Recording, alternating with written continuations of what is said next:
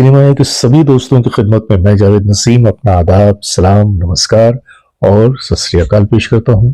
और दोस्तों, अपनी पिछले वीडियो में मैंने आपको फिल्म पिकनिक के बारे में बताया था।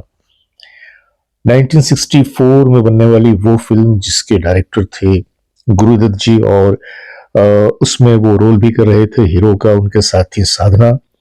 फिल्म में संगीत दिया था एन दत्ता ने और गीत लिखे थे मजरूह सुल्तानपुरी ने।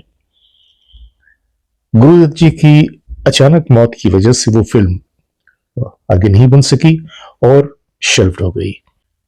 गर्चे फिल्म के बहुत सारे हिस्से शूट हो चुके थे, गाने भी रिकॉर्ड हो चुके थे, लेकिन फिर जैसे कि मैंने आपको बताया कि वक्त के साथ साथ वो रील वगैरह भी जाया हो गए, गाने भी बड़ी मुश्किल से 2 गाने हाथ लगे। तो ये तो थी पिकनिक की बात। और पिकनिक में वो गीत जो मोहम्मद रफी साहब और आशा भोसले जी की आवाज में रिकॉर्ड किया गया था, वो मैंने आपके सामने पेश किया था और मैंने आपको वो गीत भी सुनाया था कि कितना रंगीन है ये चांद सितारों का समा। बहुत ही खूबसूरत गीत था और इसकी कंपोजिशन भी बड़ी ही लाजवाब थी, लेकिन बदकिस्मती से वो गाना लोगों तक नहीं पहुंच सका और बहुत कम लोग हैं जो उस गाने के बारे में जानते हैं।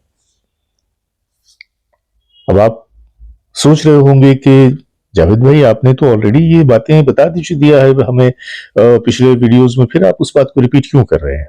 हाँ, आपकी बात बिल्कुल सही है। तो मैं आपको बताऊं कि मुझे इस बात की बड़ी खुशी है कि आप जो लोग मेरे वीडियोस को देखते हैं उनमें बहुत सारे लोग ऐसे हैं जिनके पास जानकारियों का खजाना है और कभी कभी उनकी जानकारियों से मैं भी फायदा उठा लेता हूं, क्योंकि हर वक्त सारी बातें तो दिमाग में रहती नहीं है। हाँ, जब मैं ये वीडियो बना रहा था तो मेरे दिमाग में कहीं पर एक खटक सी हो रही थी, लेकिन वो मेरे सबकॉन्शियस में वो एक हरकत सी हो रही थी जिसको मैं कोई नाम नहीं दे सका। लेकिन आप में से ही एक हमारे मित्र ने, जो MM सुनील कुमार जी हैं, इन्होंने इस तरफ इशारा किया।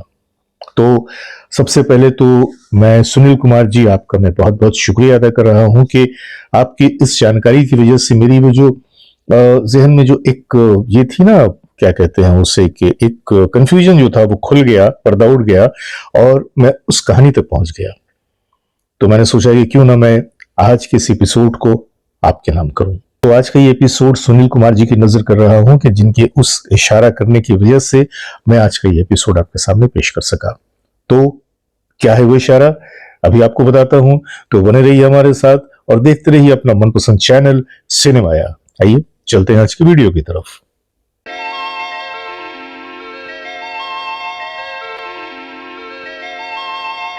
तो दोस्तों, 1964 की गुरुदत्त जी की वो फिल्म जो बन नहीं सकी, जिसका एक गाना मोहम्मद रफी साहब और आशा भोसले जी की आवाज में रिकॉर्ड किया गया था, बड़ा ही खूबसूरत गाना। मैंने गाना और भी पेश किया था हेलन जी की आवाज में, जो कि एक पार्टी सॉन्ग था। लेकिन आज उसी गाने से रिलेटेड मैं आज का ये वीडियो पेश करने जा रहा हूं। 1965 में एक और फिल्म बनी, रिलीज हुई 1966 में, लेकिन फिल्म बनी थी 1965 में। फिल्म का नाम था नई उम्र की नई फसल। मेरा ख्याल है कि आप में से बहुत सारे लोगों ने इस फिल्म को देखा भी होगा। इस फिल्म के अदाकारों में हम बात करें तो उनके हीरो थे राजीव, हीरोइन थी तनुजा, उनके साथ थी तनुजा की मम्मी शोभना समर्थ जी, उल्हास और लीला चिटनिस के अलावा और भी कई अदाकार। फिल्म में कई गीत थे, लेकिन जो गीत बहुत ज्यादा मशहूर हुआ था वो था रफी साहब की आवाज में कारवां गुजर गया बाहर देखते रहे। आइए मैं आपको उस गीत की एक झलक दिखा रहा हूं। झरे फूल से मीत चुभे शूल से और हम खड़े खड़े बाहर देखते रहे, गुबार देखते रहे। 1966 में ये जो फिल्म रिलीज हुई थी नई उम्र की नई फसल, इसके म्यूजिक डायरेक्टर थे रोशन, गीत लिखे थे गोपाल दास नीरज जी ने। गाने के जो गुलकार थे वो थे रफी साहब, सुमन कल्याणपुर जी, आशा जी, भूपेंद्र जी और भी 2 एक उसमें गुलकार थे मौजूद। लेकिन जो गाना मशहूर हुआ था बहुत ज्यादा, ये 2 गाना मशहूर हुआ था। एक जो मैंने अभी आपको झलक दिखाई और दूसरा वो नगमा जिसके बारे में आज मैंने ये वीडियो बनाया। ये भी एक डुएट है, मोहम्मद रफी साहब और आशा भोसले जी की आवाजों में रिकॉर्ड हुआ। लेकिन इसमें खास बात यह है कि इसकी जो कंपोजिशन है, इसकी कंपोजिशन हू बहू उसी गीत की है कि जो पिकनिक में था। उसके म्यूजिक डायरेक्टर थे एन दत्ता जी और इसके म्यूजिक डायरेक्टर थे रोशन जी।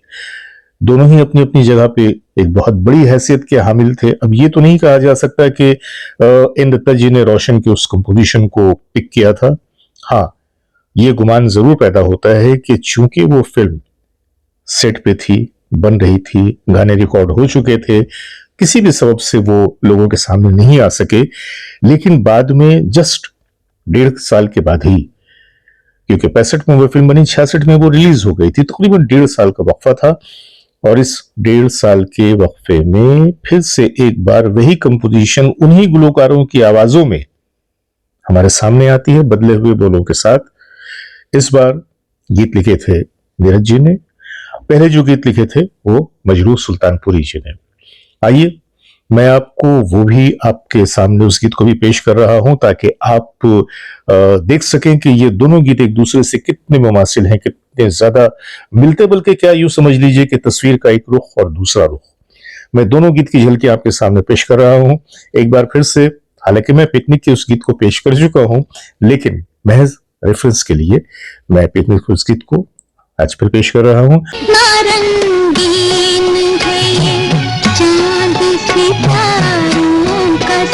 चमकते हुए चेहरे की चमक काफी है, आपकी रेशम जुल्फों की महक काफी है। और उसके बाद ये जो नई उम्र की नई फसल का नगमा है, इसे भी आपके सामने झलकी के रूप में फिर से पेश कर रहा हूं।